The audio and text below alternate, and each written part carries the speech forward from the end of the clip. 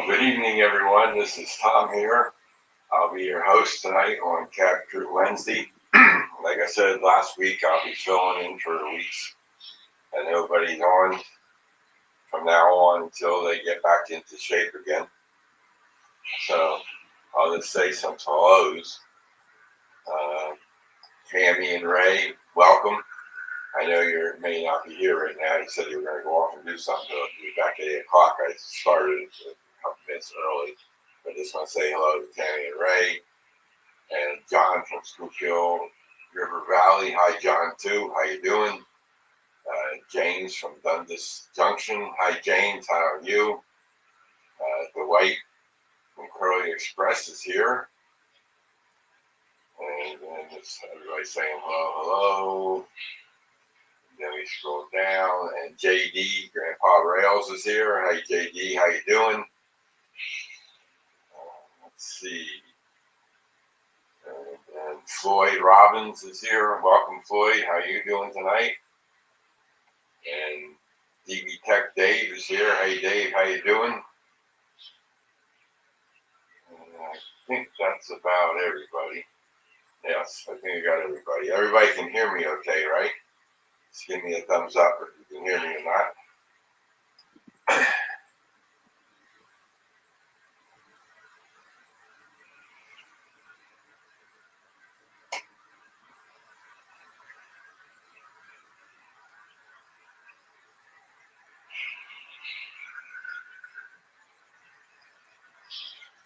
Okay, great. God, you can hear me. Okay, as you can see, I got a train running finally. I put a couple of videos up recently about my NCE system where it died, and then I put another video up of when it got back up in operation. Picture's too small for me. Well, that's all I can do. I don't think I can make it bigger. That's just the screen. That's all I can do, James. Sorry. But anyway, I can do this. Is that better, James? That's as big as I can make it. And then that way you only get to see one, though.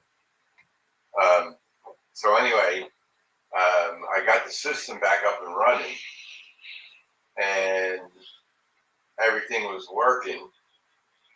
So I decided to finally start working on the subway system again, get that running. And because I want to close up, make me bigger. I'll make myself bigger later.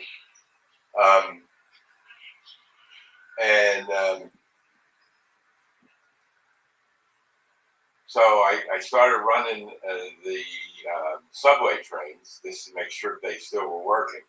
Because I want to close up the subway system. I put the tunnels in. As you can see, the tunnels here, these LEDs used to be attached to the plywood that is up here. That's the bottom of the third level. And then when I put the tunnel pieces in, I had to peel off the LEDs and then stick them to the bottom of these tunnel pieces. Well, they weren't sticking well. And so I came up with another idea, and I will make myself bigger right now. And this is the tunnel piece that goes over top of the tunnel, right? And then the LEDs will go underneath here. Well, what I did was I designed a clip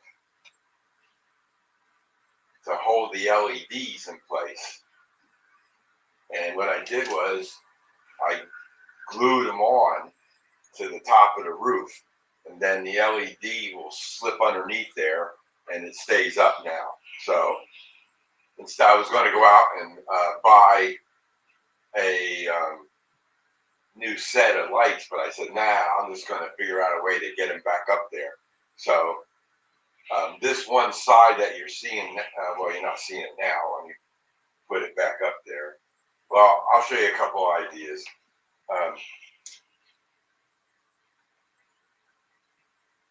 The tunnel that we were seeing there, that side is done. The sides are up, the tunnel pieces are in, and it goes all the way down to the other end and around the corner. I started working on that. And the double crossover for the subway system, which is the Walters double crossover I had to reassign the addresses on the DP4 devices that are controlling the turnouts. Yeah, everything is 3D printed, James. That whole subway system is 3D printed. The only thing that isn't 3D printed is that signal that, well, let me bring up that screen. Let's see. I got to reshare it again. Bring it back up. Paint. And I want to remove this from Studio. Add. Share screen. Window. This guy. Share.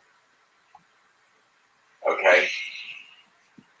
I have maybe, no, I only have one signal that I didn't 3D print. All the signals that you see there, they're all lower signals. This is a dual signal. I got that from System Signals.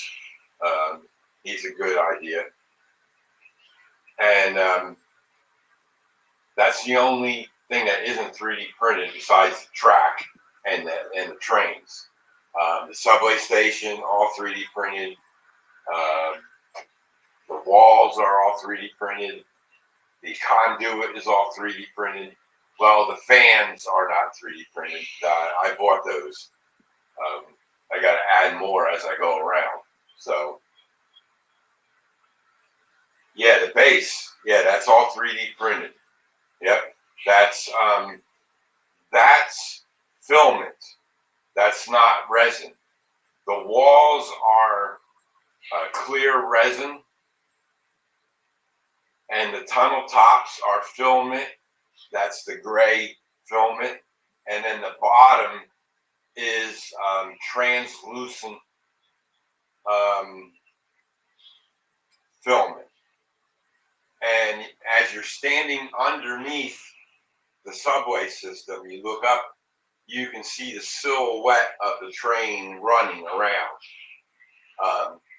through the base of the subway system. And you can see the silhouette through the clear resin too as the train runs by. So clear resin isn't really clear. It's clear enough. I can see the image and stuff like that. Thomas is a 1-inch square on my screen. Yeah, I'm a small. I'm presenting the train. That's what we're here. We're for trains, not to see me. You've seen my face before. You know what I look like. I will bring myself back up in a few minutes. So, so that's what was going on. So today I started running this train. I've been running this train most of the day, and I had a problem at the other end of this tunnel around a corner. See right here, this here is a bracket. The bracket is screwed into the bottom of the plywood, and then it's like and then it comes down, and then that's what the base lays on. That's what keeps the base up. And so it was hitting that bracket. The track was close to the edge over there because I have a turnout coming in from the helix to get onto the subway system. So I had to put a spacer in the floor of the subway and the bracket, so we keep it away just enough for the train to make it around. Now it goes, and it's running. The other train, the other inside track, that one runs good. and no problems. I cleaned both tracks with my track cleaning car, put some contact spray on it, and it cleaned the track, and the cars ran smooth as silk, no problem. So the day after I got my NCE system up and running, and then I was able to finish up those turnouts on the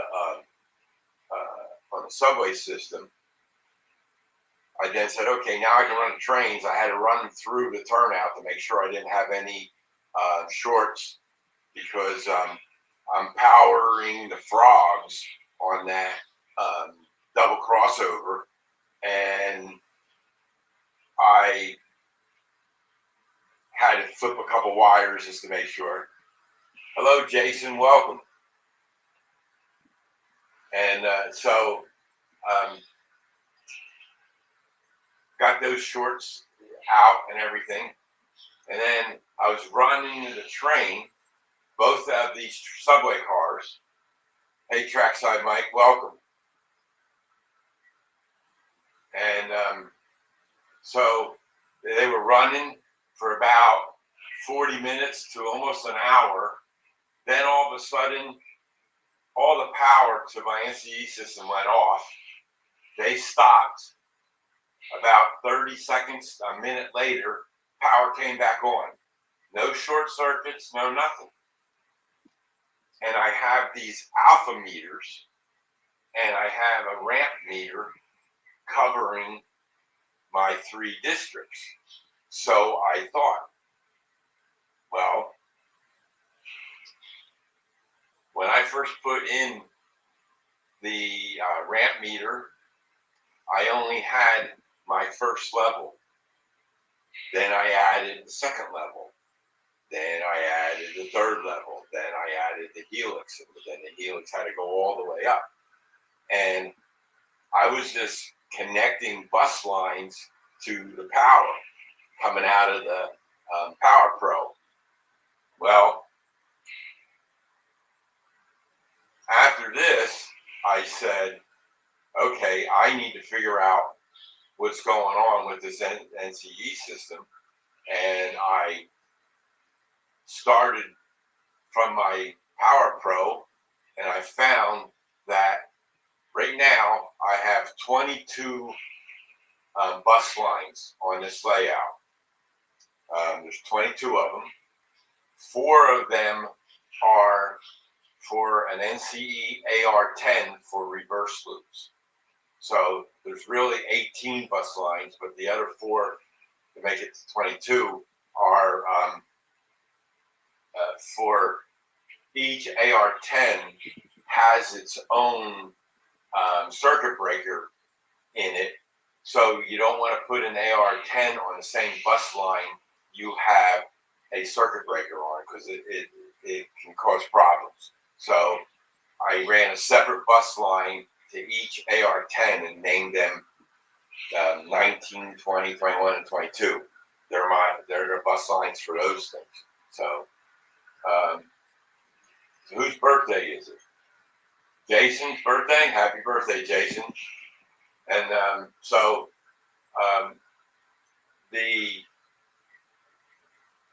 I contacted NCE, talked to them for a little bit about it, and they thought maybe I might need another booster. And I was ready to buy another booster, but then I said, wait a minute. I'm going to check to see what's going on with my wiring down below where the boosters are. Well, come to find, I have a Power Pro, which was the first thing I had. Then I bought a booster, added tracks to that, and so I thought, and here, and then I had 2 more boosters added in. Well, come to find out that out of the 18 bus lines,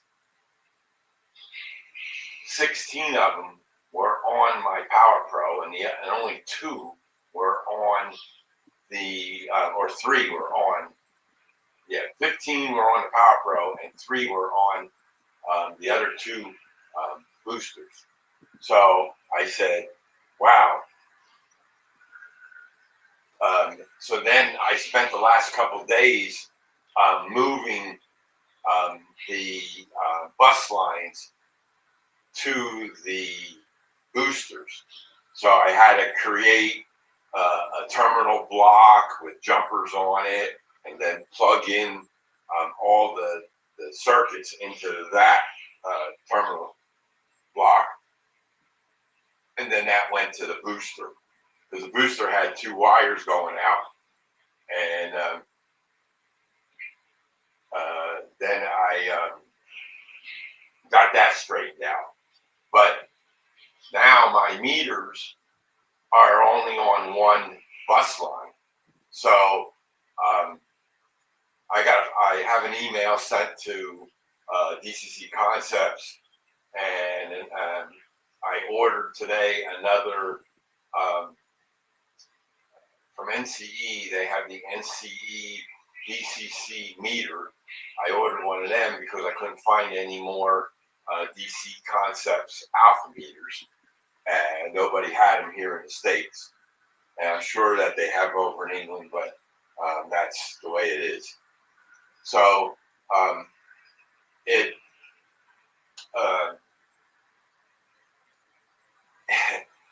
that's so having all that in place, and then the meters. Because I was looking at the meters, I'm going, I don't have much draw. I got the DCC current at 14.1 on them, and the amps was 0.01, 0.02, nothing. And I have, I'm going to show you this view here, and I'm going to move this down to my workbench. Let that focus in. Okay. 1, 2, 3, 4, 5, 6, 7, 8, 9, 10, 11, 12, 13, 14, 15, 16. 16 engines are on the main lines at all times. Okay. This guy, this one, and the Conrail one are in the yard. This is an inspection car. He runs around and checks all the tracks. These are Consys. This is a Consys, 3 engines there, 2 engines there, 2 engines there, 2 engines there, 2 more engines there. So they were all on the layout that day that the power went out, and that's when I decided to change the lines to spread them across each 5 amp booster. So I had them all on one 5 amp booster, the majority of them. 2 of the bus lines that I have out of the 15 were are DCC accessory bus lines. So the only thing in those that are attached to those bus lines are turnout motors, DCC, NCE's lighteds for my signals, BD20s, all that stuff. Well, no, the BD20s are on the bus line for the track. I'm sorry, they're not on there. Just the NCE lighteds. All of my Alpha Mimics are on the accessory bus line. Some lights are on there. So it's like, I can move this camera back up to the train. And so I only have a couple of engines on the track right now. And gonna, as you can see in this here shot, all the turnout lights, the green lights, see them See up there, they're all green. That means turnouts are closed, not open. I have them, all in the fascia now. They're all operational. You can't see the ones in the subway. You won't be able to see that until I get that closed up. It's right there. And all these wires hanging down, I had to drop them down because I was working on the four turnouts on the subway system, and the wires were kind of hard to find. So I dropped the wires down to make it easier for me to get the wire out. And on here, you can't see it, but in the yard here, the wires are dangling down on the track from up above the subway, underneath the subway. So that's, hey Mike, welcome. And that's what I've been doing. And tomorrow, what I'm going to do is try and get one of these right here. Let me see if I can drop this camera down a little bit.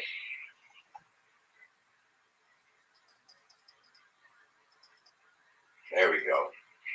Right there are my two alpha meters. There and there. And they're only metering one bus line. This one is metering one bus line, and this one has two bus lines, I believe. So I have to trace the wires back and find out where it is, and then add the bus lines on each meter so that I get a true reading and not a false reading of no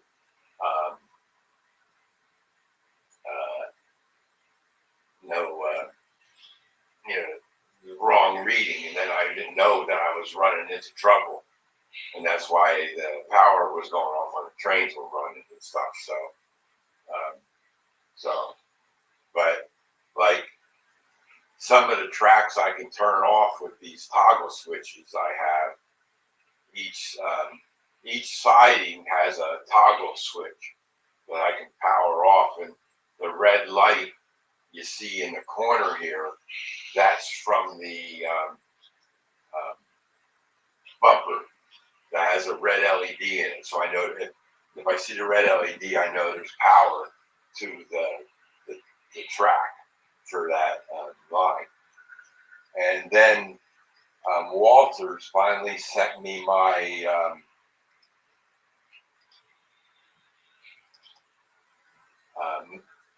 electronics for the turntable.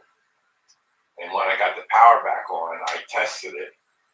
And this here line is coming in from the double slip.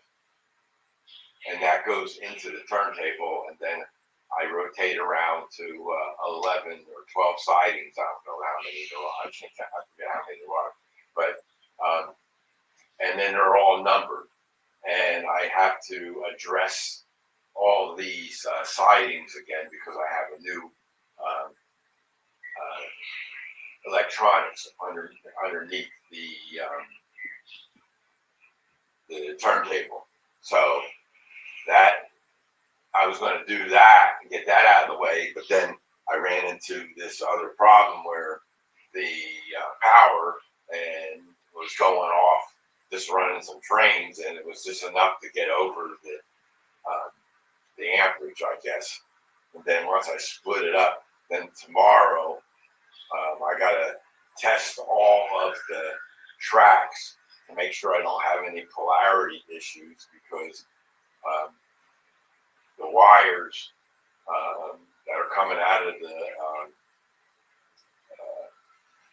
the boosters and the Power Pro are different color scheme than what I did for the bus lines. So you got to know which one goes to which. And when you move things around, you might put one on the wrong side and stuff. So I got to test them all out. Plus, I got to test all the AR10s to make sure that their polarity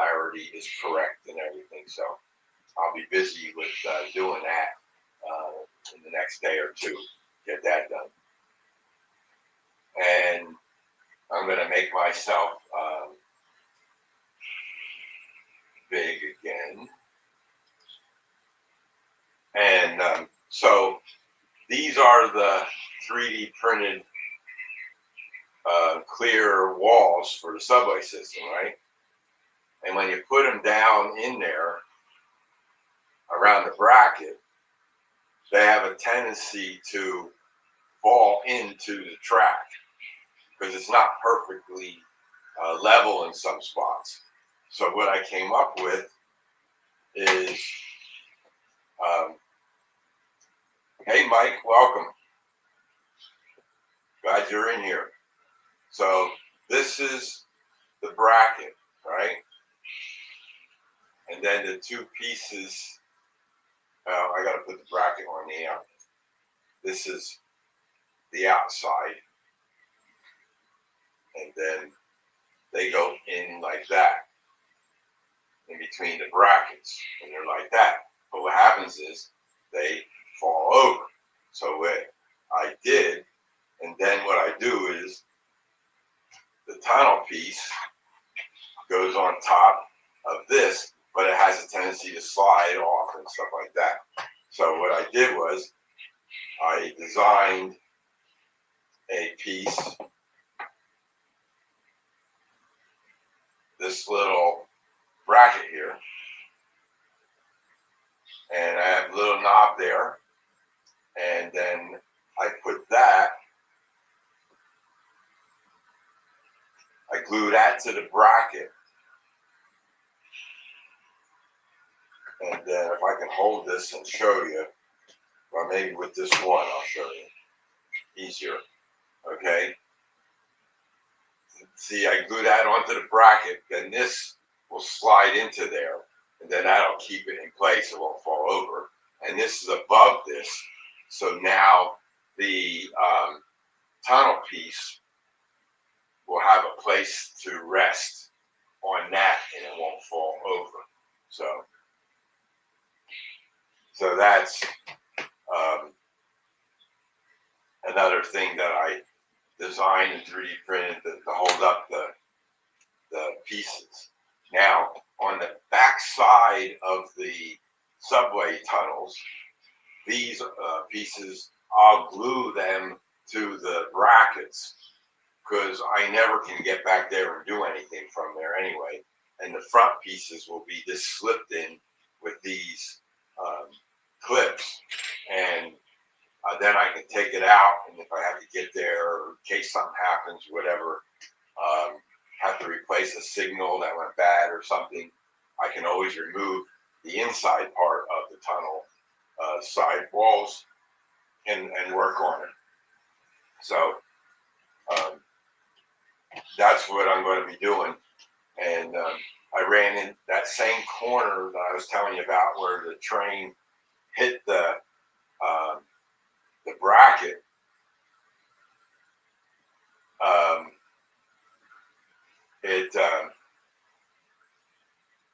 I couldn't put this in there either. So I have to make some special length pieces to go in between the brackets, which will be on the outside of it, so it won't, the train coming around won't hit the wall. So that's what I'm doing. So in order to get them printed, I have to put on new flex plates. This is a flex plate. This is for my 6K resin printer. And then today, Amazon dropped off the flex plate for my 4K printer. So I got to get them back up and all back in order. And so it's always something to do, that's for sure. And it's just been hectic with that. So now that I got the glitches out of that, it seems to be a lot better. And tomorrow I'll start adding some more engines on, but I want to get the meter thing straightened out before I add too many engines on. I want to see how much more it draws, because those alpha meters, how many printers do I have? I have 4. I have 3 Anycubic printers. The Anycubic Viper, which is a filament printer. That was my first filament printer.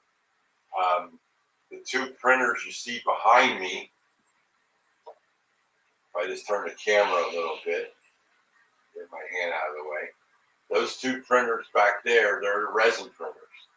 And then if we go over there, you can't see it, but it's there on that table, is my Bamboo Labs printer. So that's 4 printers, 2 resin printers and 2 filament printers. And they go pretty much all the time. I haven't done much on the resin printers for a while because I was waiting to get the flex plate. Now my camera don't want to stay up on top of my computer. Yeah, so that's what I'll probably throw that in. Take some time to get them ready and start printing, because those flex plates have a foam piece on the bottom, and then the top of that foam is a magnetic material, and that's what the flex plate stays on. And the other side of that foam is you peel off, and it's a sticky material, and then you put that on the build plate and you let it set there for I let it go overnight so that before I use it, and then it's cured and ready to be used. So I'll do that maybe tomorrow, and I need to order some more clear resin so I can print a couple of specialized sizes. These are 9 inches, 9¼ inches long. This is the longest I can make them. No, I think I can go up to 11 inches. Well, I can go 11 inches on the Viper upright. I can do 11 inches. And so I just made them 9 inches on my resin printer, the big one. I can do like 6 of these at once on that printer. So, and that it doesn't use up all of the resin in the bin. So, but I wish they made a water-based clear resin. These are regular resin, and you have to clean them with alcohol, and you clean the machine with alcohol after you use the regular resin. I've been printing with water-based resin on both of those printers lately, and it's so much easier to clean up, and you don't have to worry about it getting on your hands. I have these nice long gloves go up to almost up to my elbow, and that's what I work when I take them off of the build plate, and the flex plate helps it come off a lot easier. So hello Randall, welcome. How's things going out there in the Midwest? So so that's how many I have, James, 4. And I use the Viper to make these because I had this spool of red film in it when I was making my containers for the well cars, and it was twisted inside the spool. So I took my respooling tool, and I was going to put it on another spool. Well, it got through a long way, and then all of a sudden it bound, and then it snapped. in half. So now I have 2 half spools of red. So I put one of them in the Viper, and I'm just printing odds and ends in there. I have some lighted holders I need. When I'm under the layout, I see the original lighted holders that Jim Tedesco made for me. Um, the lips were a little flimsy, and movement of the wires and stuff that make them fall down. And so it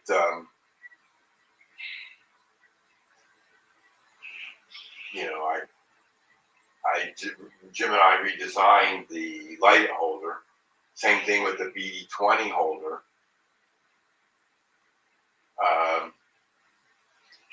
We redesigned that to make that a little fatter on the edge, because I have some BD20s that are dropping, and I put them back in the holder, but they fall out because the lip on the edge is a little too thin. So I may have to talk to Jim, and we'll have to redesign that BD20 holder again to get it to hold better. And so I'll have to figure that out. But that's what I'll use that filament for, to print them. And also, I'm going to be doing a video later on, not right now, not next week or so, sometime down the road, on my filament printers. Even on the Viper, I think I can do this. But I know on the Bamboo Labs, I definitely can do this. I can print a model. Say I wanted to print 100 of these on the A1. Okay, I can print one at a time, let it cool down for, I don't know how long it takes to cool down. I have to test that. That's what I need to do. I have to do some more testing before I can do this. But this is what the plan is. The plan is print this. The print head will come over and push this off of the build plate and drop it into a box you have on the other end, on the floor. And it'll, now you have an open build plate, and then it'll reprint this again. And then when it's done, it'll cool down, push the part off with a build plate, drop it in the box. So it's an automated process. And all you have to do is go into the G code on the printer and add some commands and tell it what to do. And one of the commands is wait for cool down. And what that means is when you print on a filament printer and you're anxious to use what you printed, and you go to the printer and you try to pull it off, it won't come off. After it cools down, it'll just slide right off, right? So Dwight is Thomas's echo. Very funny, Floyd. And so that's the plan. So that's what happens when you print something on a filament printer. It sticks there. And most of the filament printers, well, my 2 filament printers, the Anycubic and the Bamboo Labs printer, I can lift up this build plate and I can flex it like this and flex it this way, and that'll pop off the part. But you don't want to have to do that after every print. So just let it cool down a little while, and then you can just slide it off. This was sitting here for 10-15 minutes, maybe even 5 minutes. I don't know what the time is. And I just can slide the part off of the build plate. So it's very interesting that I saw a video of somebody doing that, and that struck my eye. So now I want to try it and see if I can get it to work. And hopefully I'll make things, because I print. I don't sit in here and watch the prints at all. Fail or not. Like on the A1, every once in a while, a print will fail, and it didn't stick to the build plate. So what else I have to do is clean off the build plate, put that liquid stuff that Bamboo Labs supplies. I forget the name of it. Let me get it. I'll get you.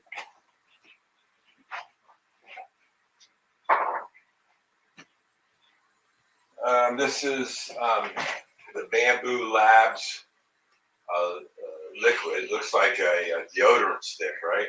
But it's 3D printing adhesive.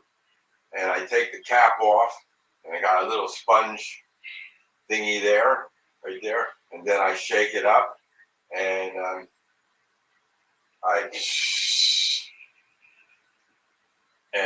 then I can print for a long time before I have to do it again.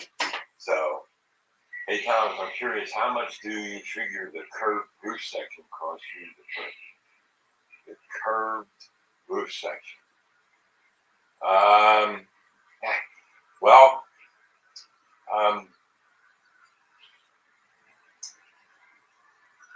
you mean my tunnel tops? Or these here corners? Okay. They're really angled pieces. I cut the angle and designed that piece.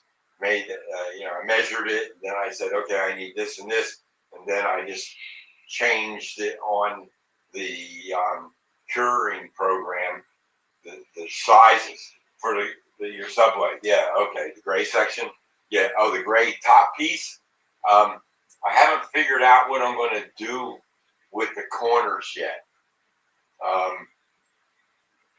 They're really, as you, here, I'll bring this back up again.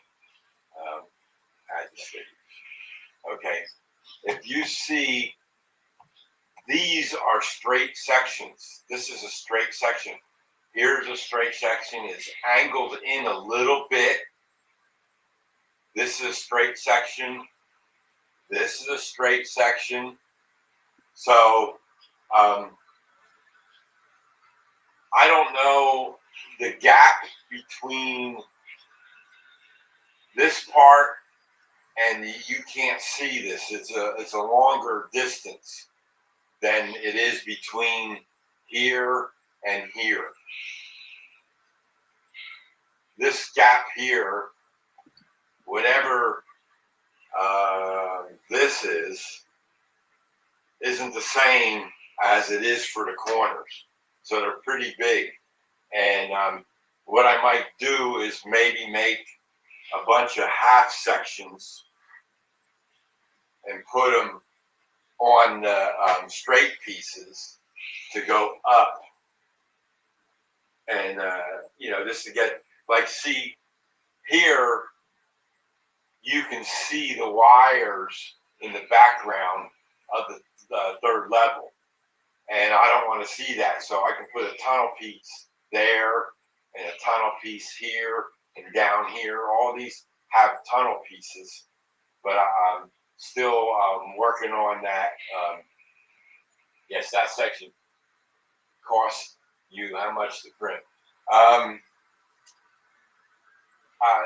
This here, I printed this standing up, and I would say maybe about $2 in material, Floyd. That's about it.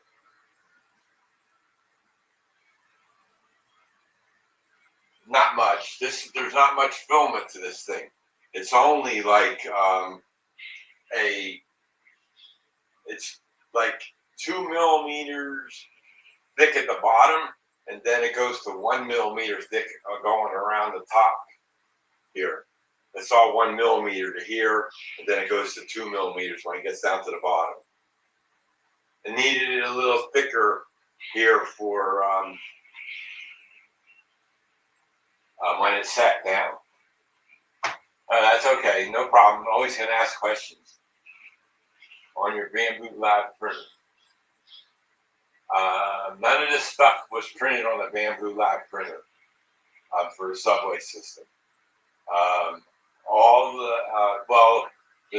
I redid the train stations. They were printed on the Bamboo Labs, but most of the subway was done on the Viper.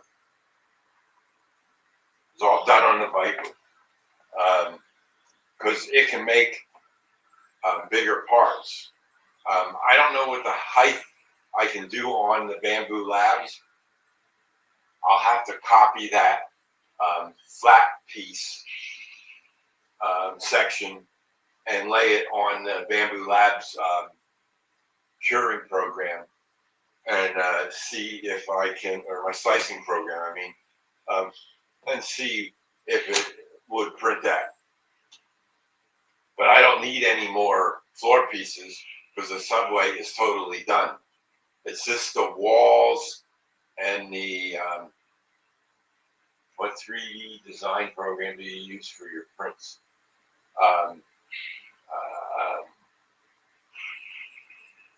Tinkercad, Mike. I do a lot of work up on Tinkercad. Some models and some files I get from Thingiverse, from Colts, printables. Like I wanted to, I was looking for, here's an example. To put these walls up in the subway system, when I glue them in place, I don't have nothing to hold them there. So, you know, super glue doesn't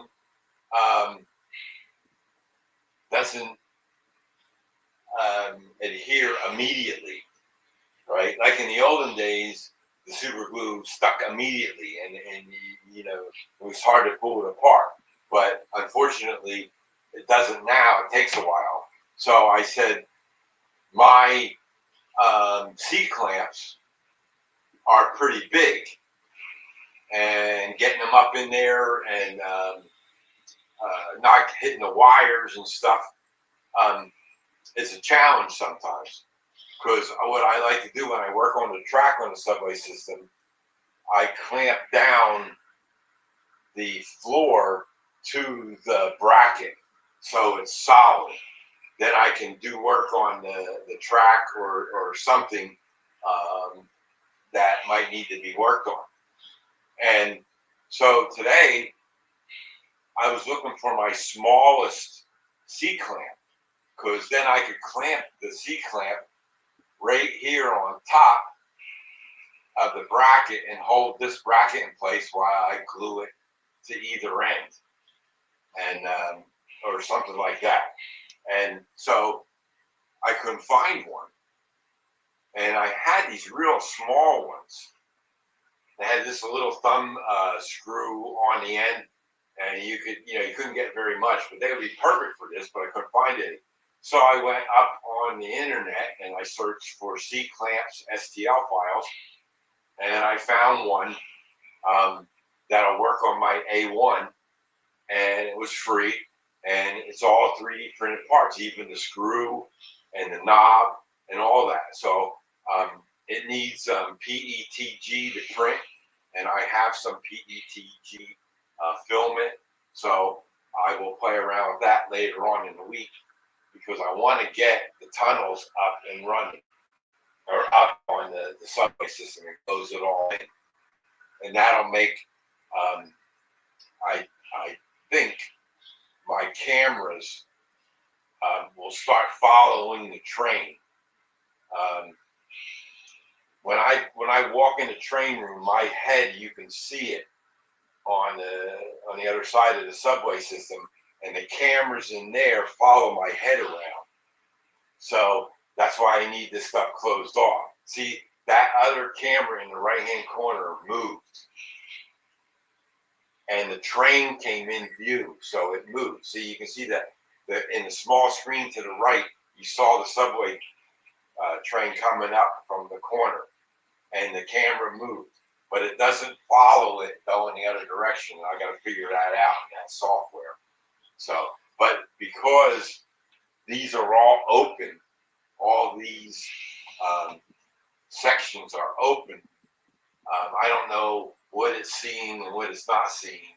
And once I get it closed, then I'm hoping those cameras follow the train.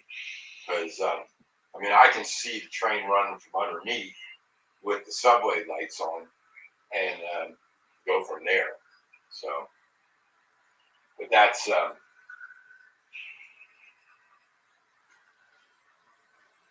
Thomas, I sent you a picture of the first print for a file you gave me. Yeah, I saw that, James. Yeah.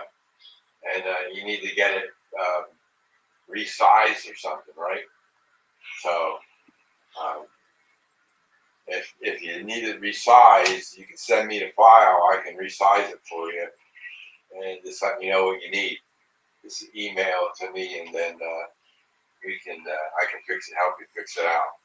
Fix it up if you need help. Just let me know. My new email address is on my channel, so you just go to my channel and review my email address. I had when I left my job and retired, I had downloaded the latest version of Office and on my computer, and I had all my email on the Office client and Outlook, it was called. And then when I retired, I lost my account and everything, and then that software stopped working. So I had to come up with another program on my computer, and converting that all over. My me.com account doesn't work on that software. And one of the guys that I worked with at work, he was trying to look into seeing why it wouldn't work. And so I had to change it over to the gmail.com address. So I posted that on my channel, the new address. So it's there. If anybody wants to email me and they need me to do a print form, I can see if I can help you out with any of that kind of stuff. Or you just need help with 3D printing,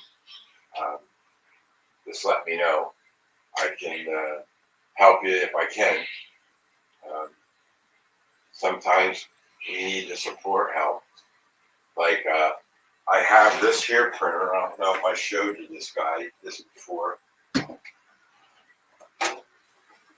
This guy here is a Cricut printer, and it prints labels and stencils and all kinds of stuff. But I've been working with support trying to get it to recognize the stencil, and they haven't. They're still working on updating the software, I guess. So I'm just waiting for the updated version of the software to come out. Then I can make stencils and stuff like that. So, and we'll see how that goes. So, but that's what I've been busy doing. And just to let you know, I'll be on next week. That's my regularly scheduled week, the fourth week of the month. So, just so you know. I think Trackside Mike works on this layout every night. He's got a lot of work to do there. So, looking forward to seeing the completed process on his layout. And so I don't know. It's just been one thing after another, and just don't have enough time in the day to do all the things. But plus, I've been doing a lot of other things too, not just working on the layout. That's okay, Mike. I do that a lot too. Um, Sometimes I have my computer in the train room, which is the computer that I do live streams from, and I put up a YouTube video and I watch it in the background and stuff like that. So I don't know about that, Mike, but well, it's a lot easier now that I'm retired. You know, I get up and do things in here and there. So um, yeah, no more of that for me, Mike. I had the same problem. I was 8 to 12 hours. My 8 hours of work and 4 hours of driving back and forth. You know, 2 hours going and 2 hours coming home. So that's a 12-hour day. So I didn't get much done working that way. But now I got all the time in the world. But been helping out with taking Barbara to her doctor's appointments and stuff because she still can't drive. She cracked her kneecap, and she's in and you know she has a brace on, so she really can't drive. Doctor don't want her to drive until the brace comes off. So she went back to the doctor last week, and he said you have to keep it on for 2 more weeks. So it's kind of hard not to be able to drive anywhere and do anything, but you know, you got to take care of your health before you can do anything else. Yeah, yeah, that's right. Yeah, Mike. Yeah.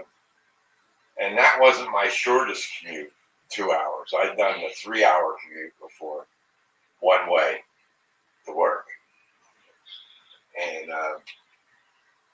And this 2 hour commute I was doing the last 8 years. Um, well, it was a 2 hour commute the last 4 years of the 8 years. The first 4 years, I lived 10 minutes away from the job. That took me anywhere from a half an hour to an hour to go those 10 minutes. 10 minutes. So it's yeah, I don't miss work either, James. I don't even think about it. They some of the guys there I still talk to. You know, I say hello and ask them how things are going with their personal lives. I don't need to know anything about the problems that go on at the work, because that's all I ever did was work on the work problems. And being in the computer field, and everybody didn't know what they were doing, and it was crazy sometimes. So work, what's that? Yeah, that's right, JD. No more for me. Well, when I retired, I contacted Social Security and got signed up. Told them that I retired January 31st, and then they started sending me my benefits. February 12th was the first benefit I received, and I said then about Medicare, and I saw I had already been signed up for Medicare, and I didn't even know I had Medicare. So I get my Medicare card a couple weeks later, and I go to my primary. Okay, John, thanks for stopping in. We'll catch you next time. Take care. And so I went to my primary heart doctor for my pacemaker, and oh, you don't have Part B. And then I had to pay the full price of that visit, which is no big deal. But problem is, I didn't have Part B. So I go online to Social Security and I say, hey, how do I get Part B? I called them up, and they said, "Oh, you need to get this form from your work." Okay, so then I emailed my work. And as a matter of fact, I called the Human Resources Department at work. Nobody ever answered the phone. I said, "How the heck can you have a Human Resources Department and no one answers the phone? Can't be out to lunch all day long." So I then emailed my old boss, and I said, "Hey, listen, I'm trying to get this form. The people in Human Resources don't respond. Can you contact them when you're there during the day?" He did. 2 days later, I get the form in my email. So now I can sign up for Part B on Medicare. And so I go and I fill out the form and attach the form that they sent me. And that was just proof that I had health coverage while I was working. I wasn't collecting Medicare. That's all they needed to do. I forget what the form number was, but special form. I sent a letter to the work, and I says, "This form should be given to every person that retires automatically. We shouldn't have to contact you later on to get the form. You should provide the form, and they're going to look into it. I don't know if they'll do it, but why make things harder for people that retire, right?" So anyway, I get the form all filled out, submit it. I get emails from Social Security. Your form has been submitted, blah, blah, blah, blah. 2 weeks go by, and I go back online, and you can see your status, see what you have and everything. It still didn't show Plan B. And I go, "What's going on?" So I called in the Social Security, couldn't get through. No, I called Medicare, and I said, "Hey, Medicare, I don't have Plan B. And they said, "Oh, we didn't get anything from Social Security yet." So Social Security has to send Medicare the information so that they can provide Plan B, right? So I said, okay. So I let another week go by. Still no change on the internet status. And I get, so I call up Social Security again, no answer. So then I looked up on the internet, the local Social Security office, and I called that number, and somebody answered the phone. And I said, "Hey, what's going on with my Plan B?" And they go, "Well, you never told us when you want to start it." And I said, "Where's that on the form?" And they put it in a comments section on the form. And a very tiny little sentence above the comments section saying, "Please write down the start date you wish to start your Plan B." Well, you're in a rush to fill out the form. You're not looking for one little tiny line and going, "What's going on here?" So then I told her what date I wanted to start it, and then she took care of it and processed it. A couple of days later, I got a letter from the Social Security saying that you're now on Plan B, and I'm waiting for my Plan A and B card to get there. So I said, working with the government, sometimes you go crazy. You have to keep on top of them and figure out what's going on, and go from there. So, but that's how it goes here, folks. So, just let you know, Heath, this went online. So if you guys want to go jump over to see Heath, I'm going to be, when I do these extra ones, I only go on for like an hour. I don't go on too long. Just want to keep the cab crew going through the month. I got tired of watching no one do it for a couple of months, and I go, "What's going on?" And I And I know everybody gets busy and all that. And I said, well, nobody asked, so I'll just start doing them until people come back and want to get back on. So um, maybe next week when I do my regular one, I'll open it up and bring up a couple guests, and then you can talk about what you're doing and everything, and then we'll go from there. So I want to first of all say thank you to everybody. One side note, um, I'm getting close to 500. I am 6 away, or no, am I 5 away or 6 away? I think I'm at 494 right now. And I am I put up a couple of playlists, so if you just want to click them on and play them, that'll get my watch hours going. You don't even have to watch them, just put them on and leave them on the computer somewhere and get through the whole thing. That'll help me out. I'd appreciate it. So thank you everybody for stopping in and spending time with me. Hope everybody has a great week, what's left of it, and hope to see you all again soon. And everybody take care and enjoy the rest of your evening. Hey, Cross, sorry, I'm just getting off, but anytime getting here is okay with me. Glad you made it in here. Have a good night, everyone, and take care. See you later. Good night.